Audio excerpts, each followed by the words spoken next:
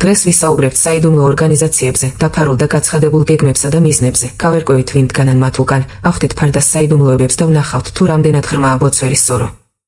ჩვენი განხილვის თემა არის კონსპიროლოგია, ანუ შეთქმულების თეორიები. სანამ ამ ლაბირინთში შევალთ, მოდით ჯერ ტერმინები განვმართოთ.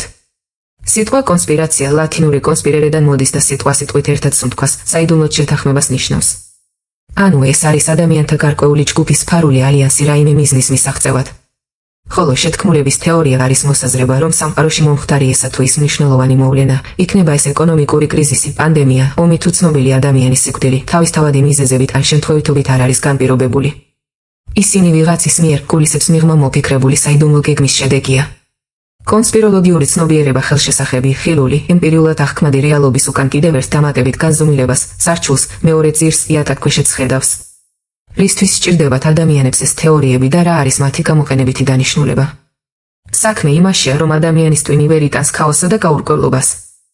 იმისთვის, რომ ირგვლივ არსებული პროცესების აღქმა უკეთ შეგვეძლოს და მომავალი მეტად პროგნოზირებადი იყოს, ვიგონებთ რეალობის სისტემატიზების ხერხებს, ერთგვარ გასაღებს, რის მეშვეობითაც ქაოსურობას ვაწესრიგებთ. კაცობრიობის ისტორიას თუ გადავხედავთ, რეალობის ასახსნელად შექმნილ რამდენიმე მეთოდს აღმოვაჩენთ. მაგიური აზროვნება. აქ ადამიანი თავის წარუმატებლობას თუ წარმატებას ზებუნებრივ ძალებს მიაწერს. ბიზნესში იმიტომ კი არ ჩავიფლავე, რომ არასწორი გათვლები მქონდა, არამედ ჯადო გამიკეთეს სკამთვალეს, ან შავმა კატამ გადამირბინა გზაზე. მითოლოგიური აზროვნება. ეს არის ფატუმის, ბედის წერის რწმენა. ყველაფერი ზემოთაა გადაწყვეტილი, ღმერთები ვერ მოვიმადლიერეთ, ვარსკვლავები ასე განლაგდნენ და ჩემი ბედის წერა ასეთი იყო. მეცნიერული მეთოდი. ეს არის ერთადერთი ობიექტური გზა. მეცნიერება აკვირდება ფაქტებს ლოგიკითა და ექსპერიმენტებით ავლენს მიზეზ-შედეგობრივ კავშირებს. მეცნიერება მიცის, რომ თუ თვითმფრინავი ჩამოვარდა, ამას აქვს კონკრეტული ფიზიკური თუ ტექნიკური მიზეზი, რომელსაც კვლევა სჭირდება.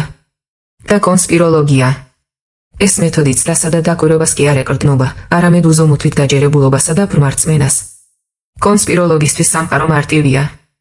ყველა გლობალური თუ ლოკალური პროცესის უკან დგანან ყოვლისშემძლე, ჩრდილოვანი და საიდუმლო ძალები, რომლებიც თითებზე მომგმული უხილავი წაფებით კაცობრიობას მართავენ.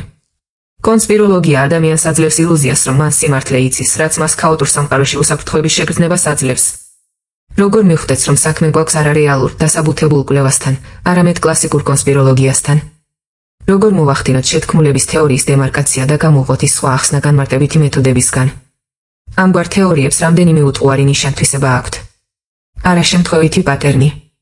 ეს არის მყარი რწმენა იმისა, რომ სამყაროში არაფერი ხდება უბრალოდ და შემთხვევით. ნებისმიერი უცნაური დამთხოვა თუ ტექნიკური ხარვეზი სინამდვილეში ვიღაცის გრანდიოზული ჩანაფიქრის ნაწილია. შემთხვევითობის ფენომენი კონსპიროლოგისთვის არ არსებობს. სუბიექტის ანუ აგენტის არსებობა. ყოველი მოვლენის უკან აუცილებლად დგას კონკრეტული სუბიექტი, ორგანიზაცია ან ძალა, რომელიც პროცესს აქტიურად მართავს. კონსპიროლოგია არ აღიარებს უბედურ შემთხვევას, ის ეძებს კონკრეტულ აგენტს, ვისაც ეს ხელს აძლევდა. ჩრდილოვანი კოალიცია. რწმენა იმისა, რომ შეთქმულებას ახორციელებს არ მარტო ხელობოროტმოქმედი, არამედ საიდუმლო ორგანიზაცია, ჯგუფი, ძლევამოსილი ადამიანების ქსელი, რომლებიც სინქრონულად ერთი საერთო მიზნით მოქმედებენ. ტოტალური გასაიდუმლოება. ინფორმაცია რეალური ვითარების შესახებ საგულდაგულოდ არის დამალული ფართო საზოგადოებისთვის. ეს სიმართლე ხელმისაწვდომია მხოლოდ განდობილთათვის, ანუ მათთვის, ვინც თვალი აახილა. ოფიციალური ვერსია მეცნიერების დასკვნები და დოკუმენტები ყოველთვის ტყუილია. ისინი მხოლოდ მასების დასაბრმავებლად და ყურადღების გადასატანად იქმნება. ეგზისტენციალური საფრთხე. შეთქმულება არასდროს იგეგმება კეთილი მიზნებისთვის.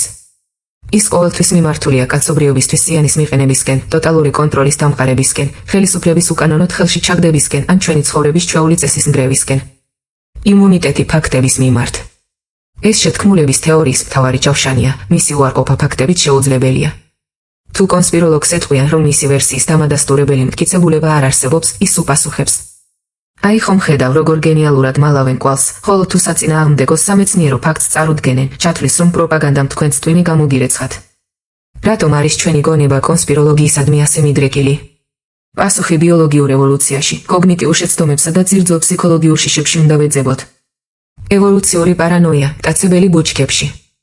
წარმოიდგინეთ სავანაში მცხოვრები ორი პირველყოფილი ადამიანი. ბუჩქებში რაღაც გაიშრიალებს. პირველი პარანოიკია, ფიქრობს. იქ მტაცებელი ვეფხვია, გარბის დაიმალება. აღმოჩნდება, რომ უბრალოდ ქარმა დაუბერა. მან შეცდომა დაუშვა, მაგრამ ცოცხალი გადარჩა. მეორე ოპტიმისტია და გაიფიქრა.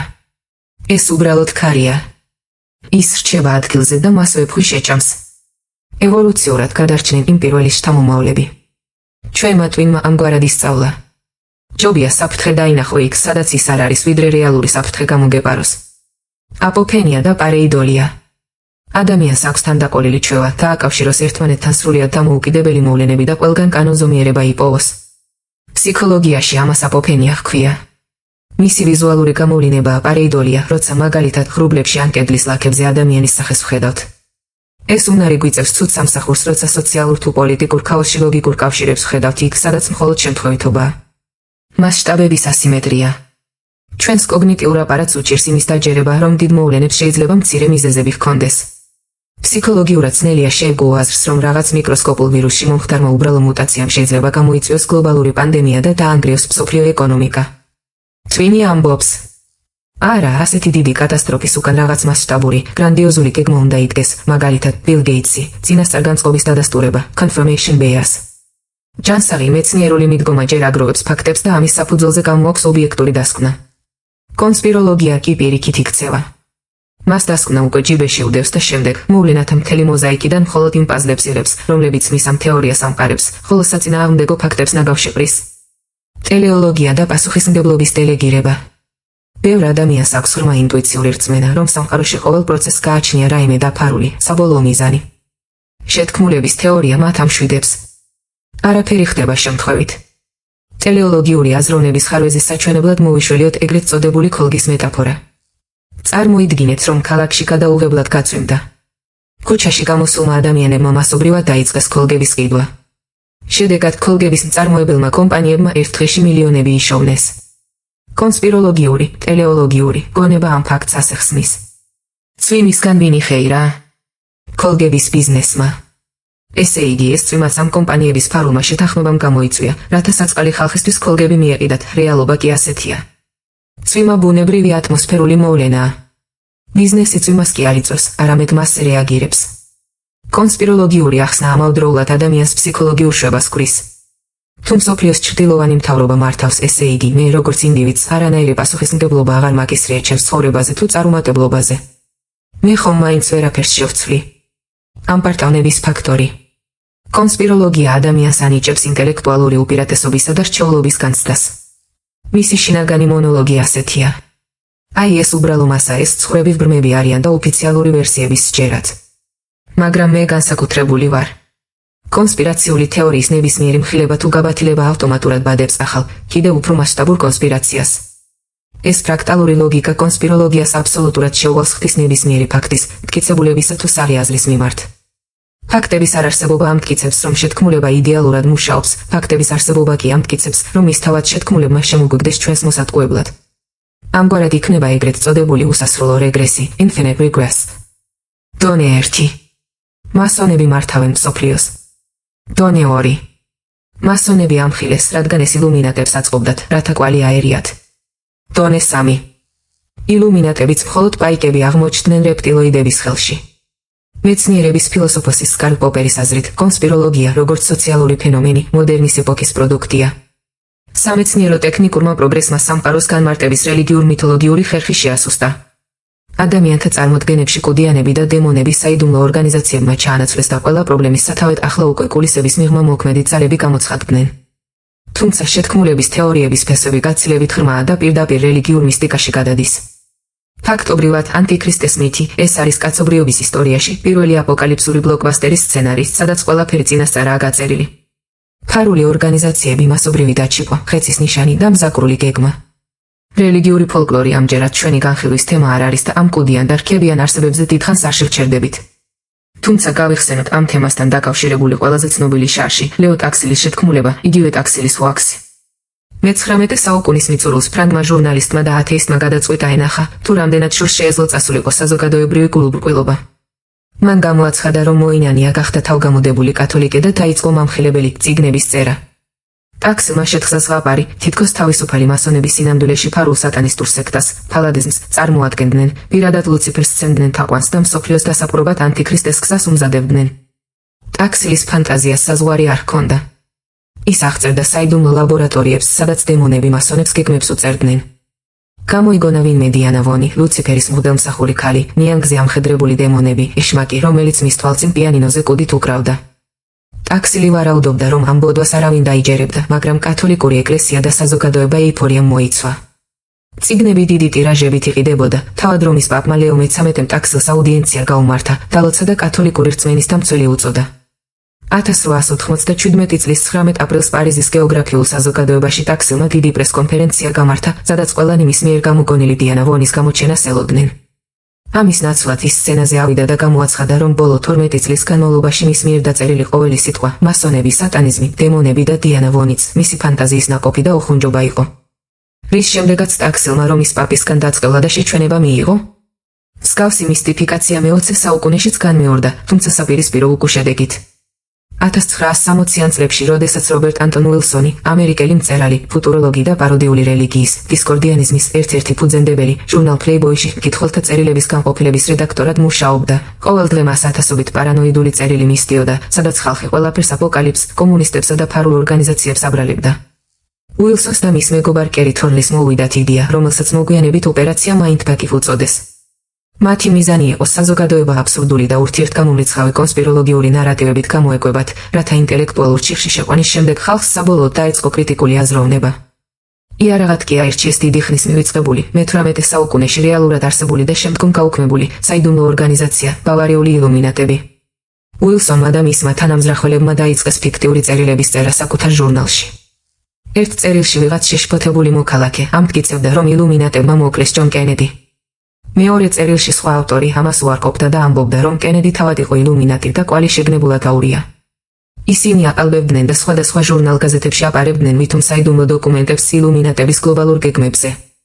უილსონს იმედი ჰქონდა, რომ მკითხველი ამ ურთიერთგამომრიცხავი ბოდვის წაკითხვის შემდეგ ჭორების მიმართ იმუნიტეტს გამოემუშავებდა, მაგრამ მათ ვერ გათვალეს კონსპიროლოგიური ცნობიერების მთავარი კანონი. ეს ჭურჭელი ნებისმიერი შიგთავსის ფორმას იღებს და ერგება. საზოგადოებამ ირონია საერთოდ ვერ აღიქვა. ადამიანებმა ეს ყველაფერი უპირობოდ დაიჯერეს. ბოიმი კონტროლიდან გამოვიდა და საფუძველი ჩაუყარა თანამედროვე პოპ კულტურის ერთ-ერთ მითს. დღეს ილუმინატების არსებობის მილიონებს სჯერათ, მუსიკალურ კლიპებში მათ ნიშნებს სამკუთხედებს ეძებენ და რეპ შემსრულებლებს ილუმინატების ორგანიზაციის წევრობას აბრალებენ. ორი ანარქისტი მწერლის მიერ პლეიბოის ოფისში სიგარეტის კვამში შეთხზულმა ხუმრობამ საპირისპირო შედეგი მოგვცა. უილსონმა თავადვე აღიარა მოგვიანებით. ჩვენ გვინდოდა ხალხი გამოგვეფხიზლებინა, მაგრამ მივიღეთ სამყარო, სადაც პარანოიას ახალი სუნთქვა გაიხსნა. ახლა კი გვერდზე გადავდოთ ემოციები და ფიზიკისა და მათემატიკის თვალით შევხედოთ საკითხს. რატომ არის მსოფლიოს ფარული მართვა უბრალოდ შეუძლებელი? წარმოიდგინეთ რესტორნის სამზარეულო, სულ რაღაც 50 კვადრატული მეტრი ფართობის. აქ საქმიანობს შეფმზარეული. მას სურს შექმნას ერთი უზადო კერძი. ამისთვის შეფს უწევს ათასობით ცვლადის ერთდროულად გამოთვლა და მართვა. ინგრედიენტების ხარისხის, სუნელების სუსტი დოზირება, ქულის ტემპერატურული რეჟიმის წამობრივი რეგულირება, ჭურჭლის მეტალურგიული თვისებები და პერსონალის განწყობაც კი. ეს ამბავი ხდება პაწაწინა სივრცეში, სადაც ყველაფერი ხელის გულზეა. და მიუხედავად ამისა, გამოცდილ მზარეულებსაც კი უარდებათ საქმე და კერძი უხეირო გამოდის. იმიტომ რომ ცვლადი ბევრია, ადამიანი კი, მხოლოდ ადამიანი. ახლა კი პროპორციები შევცვალოთ. დედამიწის ზედაპირის ფართობი 500 მილიონი კვადრატული კილომეტრია. ამ უზარმაზარ სივრცეში ცხოვრობს 8 მილიარდი ადამიანი საკუთარი თავისუფალი ნებით, ემოციებით, გეგმებითა და არაპროგნოზირებადი ქცევებით. რა ზებუნებრივი ნიჭით უნდა იყვნენ დაჯილდოებული ვიღაც მასონები, რომ ამ ხელა სივრცეს 8 მილიარდი ადამიანისა და ტრილიონობით ყოველდღიური შემთხვევითობის მართვას ახერხებდნენ? თანამედროვე მეცნიერებას თუ შევეკითხებით, პასუხი კიდევ უფრო სასტიკია. დღეს კაცობრიობას აქვს უძლიერესი სუპერკომპიუტერები, მაგრამ მათი გამომთვლელი სიმძლავრეც კი არ არის საკმარისი იმისთვის, რომ მხოლოდ ერთი რთული მოლეკულის სრული მოდელირება მოახდინოს და ცილების ჩაკეცვის ყველა ვარიანტი გამოთვალოს. ამისთვის სუპერკომპიუტერმა ათასწლეულები შეუჩერებლად უნდა იმუშაოს. ჩვენი საუკეთესო მეტეოროლოგიური სადგურები და კოსმოსური თანამგზავრები სამ დღეზე მეტი ხნის განმავლობაში ამინდის 100%-იან ზუსტ პროგნოზს ვერ დებენ, რადგან ატმოსფეროში ცვლადების რაოდენობა უსასრულოა. სამყარო იმდენად რთული, კომპლექსური და ქაოტური სისტემაა, რომ მისი კონტროლი და პროგნოზირება ეწინააღმდეგება ფიზიკის, მათემატიკისა და ინფორმატიკის საბაზისო კანონებს. მსოფლიოს ვერავინ მართავს. უბრალოდ იმიტომ, რომ ეს ფიზიკურად შეუძლებელია. ეს ყველაფერი აბსტრაქტულ მსჯელობად რომ არ დარჩეს, ყველაზე ცნობილი გლობალური კონსპირაციის თეორიებიდან ზოგიერთი გავიხსენოთ. მთვარის შეთქმულება და მწვანე კაცუნები. ალბათ გსმენიათ თეორია, რომ 1969 წელს ამერიკელები მთვარეზე არ დაფრენილან და მთელი ეს კადრები ჰოლივუდის პავილიონში გადაიღეს. ბევრს გონია, რომ NASA მთვარეზე მხოლოდ ერთხელ გააფრინა ასტრონავტები. სინამდვილეში 1969-72 წლებში მთვარეზე 6 სხვადასხვა წარმატებული მისია განხორციელდა. მთვარის ზედაპირზე სულ 12-მა ადამიანმა გაიარა.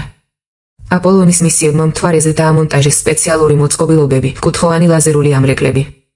დღესაც კი მეცნიერები უშვებენ ძლიერ ლაზერის სხივს მთვარისკენ, ეს სხივი ხვდება იქ დატოვებულ მოწყობილობას, აირეკლება და უკან ბრუნდება. თუ ადამიანი მთვარეზე არ ყოფილა, ვინ დაამონტაჟა ეს აპარატურა 1969 წლიდან მოყოლებული? ალბათ უცხო პლანეტელმა მწვანე კაცუნებმა. ამ მასშტაბის ფალსიფიკაციის დასამალად 40,000-მა მეცნიერმა, ინჟინერმა და კვალიფიცირებულმა მუშამ პირი შეკრა. ამას შეერთებული შტატების კონკურენტი საბჭოთა კავშირიც დაემატა, რომელიც კოსმოსურ მისიას ყურადღებით აკვირდებოდა. გადავიდეთ კონსპიროლოგიური აზროვნების აბსოლუტურ კლასიკაზე. ეს ის მითებია, რომლებმაც რეალური გავლენა მოახდინეს მასებზე და პოლიტიკურ პროცესებზეც კი. სიონის ბრძენთა პროტოკოლები. ფრანგი პუბლიცისტის მორის როლის პამფლეტიდან გადაწერილი ტექსტი, რომელიც მან ნაპოლეონ მესამეს გასაშარჟებლად შექმნა. მე-20 საუკუნის დასაწყისში ეს მივიწყებული სახუმარო ტექსტი ებრაელთა საიდუმლო გეგმად მონათლეს, რომელიც ვითომდა სიონისტების საიდუმლოს ხდომიდან იქნა მოპოვებული. საოცარია, როგორ ახერხებდნენ ეს ბრძენების საუკუნეების მანძილზე სამყაროს მართვას ისე, რომ საკუთარი ხდომის ოქმების უსაფრთხოებაც კი ვერ დაიცვეს. დალესის გეგმა. მითი იმის შესახებ, თუ როგორ გეგმავდა ამერიკის დაზვერვა საბჭოთა იმპერიის დანგრევას როკ-ენ-როლით, ჯინსებითა და მორალური დეგრადაციით. დალესის გეგმად წოდებული ტექსტი სინამდვილეში ანატოლი ივანოვის რომანიდან გადაწერილი ფრაგმენტია. ოქროს მილიარდის თეორია, რომელიც ეგრეთ წოდებულ გლობალურ ელიტებს 7 მილიარდი ადამიანის მკვლელობის მცდელობაში ამხელს. თურმე მათ გადაუწყვეტიათ, რომ დედამიწაზე ზედმეტად ბევრი ხალხი ტრიალებს და დროა მოსახლეობა 1 მილიარდამდე შეამცირონ, რათა დაცარიელებულ პლანეტაზე თავად არხეინად იცხოვრონ. როგორ გვანადგურებენ? მეთოდები მრავალფეროვანია. გვიწყობენ პანდემიებს, გვასხივებენ 5G ანტენებიდან და თვითმფრინავებიდან სპეციალური ქიმიკატებით, ხიმტრაილერებით თავზე საწამლავს გვაყრიან. მაგრამ თუ კი გლობალური ელიტები ასე გამალებით ცდილობენ მოსახლეობის შემცირებას, რატომ იხარჯება ევროპის ქვეყნებში მილიარდობით ევრო შობადობის ამაღლების პროგრამებზე, მაშინ, როცა ჩინეთი სულ ბოლო დრომდე ოჯახში მეორე ბავშვის გაჩენას კრძალავდა? მოდით, წამით ამ გიჟურ ლოგიკას და წარმოვიდგინოთ, რომ გეგმა მიმუშავა, დედამიწაზე მხოლოდ 1 მილიარდი ადამიანი დარჩა. რა მოხდება შემდეგ? სოფლიო ეკონომიკა მომენტალურად ჩამოიქცევა. სამომხმარებლო ბაზარი 8-ჯერ შემცირდება. გაქრება გლობალური ინფრასტრუქტურა, წარმოების ჯაჭვები და მაღალი ტექნოლოგიები. იმ დარჩენილ 1 მილიარდს, მათ შორის თავად ბოროტ ელიტებს, ელემენტარული გადარჩენისთვის ბრძოლა, საყოველთაო სიღატაკე და ქვის ხანაში დაბრუნება მოუწევთ. ძნელი წარმოსადგენია, როტშილდები ან როკფელერები საკუთარი ხელით კარტოფილს თხრიდნენ ან ძროხას წველიდნენ, რადგან მათ სამსახურში დასაყენებელი მუშახელი უბრალოდ აღარ იარსებებს. ფინეთის კონსპირაცია. ინტერნეტის გარკვეულ სეგმენტში არსებობს ადამიანთა ჯგუფი, რომელთაც სჯერათ, რომ ფინეთი არ არსებობს. მათი ლოგიკით, ის, რასაც ჩვენ გეოგრაფიულ რუკაზე ფინეთს ვეძახით, სინამდვილეში ბალტიის ზღვის цаრიელი წყლებია. ხოლო ფინეთის ნებისმიერი პრეზენტაცია მასმედიაში, მსოფლიო პოლიტიკაში თუ კულტურაში, დაწყებული ნოკიას ტელეფონებიდან და ჰოკეის ნაკრებით დამთავრებული, არის იაპონიისა და რუსეთის ერთობლივი ინსცენირება და მოდელირება, რათა ამ ორმა ქვეყანამ ოკეანეში თევზაობის კვოტები ფარულად გაინაწილოს. კონსპირაციული ცნობიერება თავისი არსით არის უფორმო, цаრიელი ჭურჭელი, რომელიც მზადაა შეივსოს აბსოლუტურად ნებისმიერი, თუნდაც გიჟური და ბოდვითი შინაარსით. აქ მთავარია არა ნარატივი, შინაარსი, არამედ თავად კონსპიროლოგიური სუბიექტი და მისი ფუნდამენტური განწყობა. ეს სუბიექტი წინასწარ სტრუქტურულად არის დარწმუნებული, რომ სამყარო მის მიმართ მტრულად არის განწყობილი, ხოლო ოფიციალური ვერსიები ყოველთვის ტყუილია. მას აქვს პარანოიდული შინაგანი მოთხოვნილება, რომ იარსებოს მის საწინააღმდეგოდ მოქმედმა საიდუმლო ძალამ.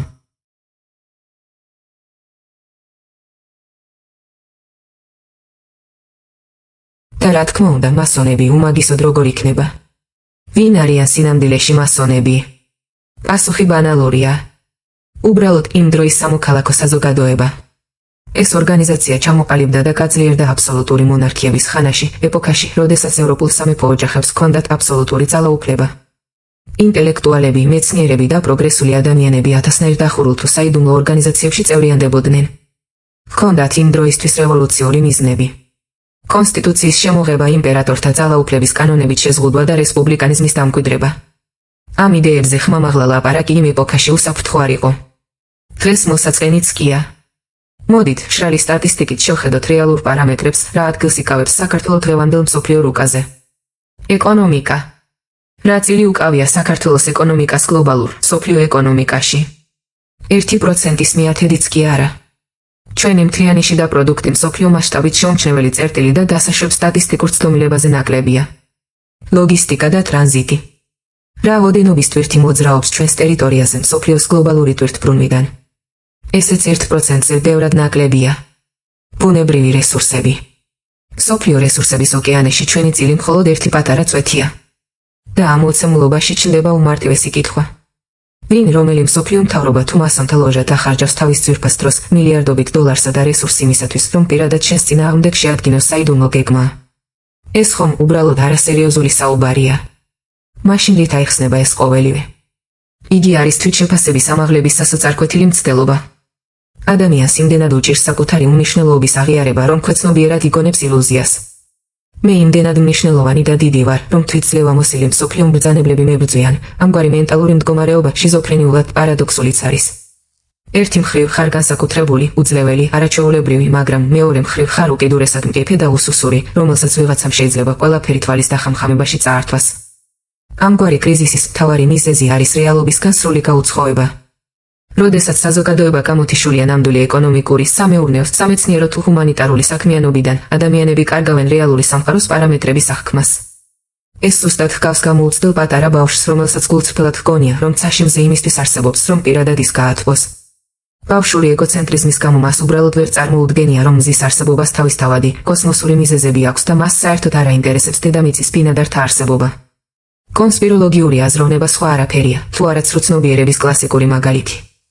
ეს არის სამყაროსა და ადამიანის როგორც სახეობის მიმართ ტოტალური უნდობლობა. კონსპირაციით შეპყრობილებს სჯერათ, რომ სამყარო ფუნდამენტურად ბოროტია. რა თქმა უნდა, არსებობენ ბოროტმოქმედები, არსებობს ანტისოციალური ფსიქოპათია და ინტერესთა მუდმივი კონფლიქტი. მაგრამ იმის დაჯერება, რომ კაცობრიობას მხოლოდ ველური ეგოიზმი ამოძრაებს, ხოლო ალტრუიზმი საერთოდ არ არსებობს, არის ნამდვილი ინფანტილიზმი. ეგოიზმი და ალტრუიზმი კულტურაში თანაბრად მოქმედი, ფუნდამენტური ფაქტორებია. მეტიც, ალტრუიზმი ყოველთვის ცოტა უფრო მეტია, ვიდრე ეგოიზმი და სწორედ ეს ცოტათი მეტი არის ჩვენი გადარჩენის საიდუმლო. დიდი აფეთქების პირველ წამებში სამყაროში ერთდროულად გაჩნდა მატერიაც და ანტიმატერიაც. წესით მათ ერთმანეთი სრულად უნდა გაენადგურებინათ და ნივთიერებისგან დარჩებოდა მხოლოდ სუფთა, ცარიელი რადიაცია. მაგრამ წარმოიშვა უმცირესი კოსმოსური ასიმეტრია.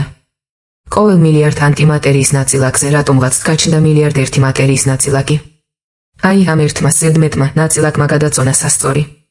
სწორედ ამ მცირე ასიმეტრიის წყალობით გადარჩა სამყარო, შეიქმნა galaktikები, ვარსკვლავები, ჩვენი პლანეტა და ბოლოს ჩვენ. ზუსტად ასე მუშაობს კაცობრიობის მორალური არქიტექტურაც. რომ არა ალტრუიზმი, სოლიდარობა, ემპათია და ერთმანეთის გატანა, ადამიანის სახეობა უბრალოდ ვერ გადარჩებოდა. შეთქმულებები, როგორც მოვლენა ან მოქმედების გეგმა, ბუნებაში რა თქმა უნდა არსებობს. ისტორიას არაერთი რეალური, განხორციელებული შეთქმულება ახსოვს. იულიუს კეისარი 23 დანას შემთხვევით არ წამოგებია და არც გაბრიელ პრინციპს უსვია ერცჰერცოგ ფრანც ფერდინანდისთვის ტყვია მხოლოდ იმიტომ, რომ ცუდ ხასიათზე იყო. ჰიპოთეტურადაც და პრაქტიკულადაც სავსებით შესაძლებელია, პირთა გარკვეულმა ჯგუფმა ფარული შეთანხმებით იმოქმედოს და კონკრეტული გეგმა განახორციელოს. დასახული მიზანი კი შეიძლება იყოს როგორც კეთილშობილური, მაგალითად, ტირანის დამხობა, ასევე საზოგადოებისთვის საზიანო. მაგრამ შეთქმულების თეორიებით გატაცებული ადამიანები ამგვარი დამიწებული ლოგიკით არ კმაყოფილდებიან. მათთვის ეს მეტისმეტად პრიმიტიული და მოსაწყენია. კონსპიროლოგებისთვის მსოფლიო ისტორია არ არის ცალკეული და ლოკალური ინტერესების ქაოტური შეჯახება. ისინი მიიჩნევენ, რომ საუკუნეების განმავლობაში მთელი კაცობრიობის ისტორია სადღაც მასონურ ლოჟებში, ილუმინატების სარდაფებში თუ სხვა საიდუმლო ორგანიზაციებში წინასწარ დაწერილი სცენარის მიხედვით წარიმართება. ნებისმიერ ფაქტს, იქნება ეს მიკროდონეზე, თქვენს უბანში შუქის ჩაქრობა, თუ მაკროდონეზე, გლობალური პანდემია, ისინი სწორედ ამ ერთი დიდი ცრურწმენიდან გამომდინარე ინტერპრეტირებენ. საბოლოო ჯამში შეთქმულების თეორიები სამყაროს სირთულის ახსნის ყველაზე ზარმაცი გზაა. რატომ უნდა იკვლიო პოლიტიკური, ეკონომიკური ან სოციოლოგიური მიზეზ-შედეგობრივი კავშირები, როცა ბევრად უფრო მარტივი და რომანტიკულია, ყველაფერი უხილავს საბჭოს დააბრალო. კეთილი იყოს თქვენი მობრძანება შეთქმულების თეორიების სამყაროში, ადგილი, სადაც შემთხვევითობები არ არსებობს და ნებისმიერი მოვლენის მიღმა აუცილებლად იმალება ბოროტი გენიოსი, რომელიც აუცში ნებიურობს, კოქტეილს წრუბავს და მსოფლიოს ბედს განაგებს. თავარია არ დაგვავიწყდეს ფოლგის ქუდის დახურვა, რომ ჩვენი ფიქრები არ წაიკითხონ.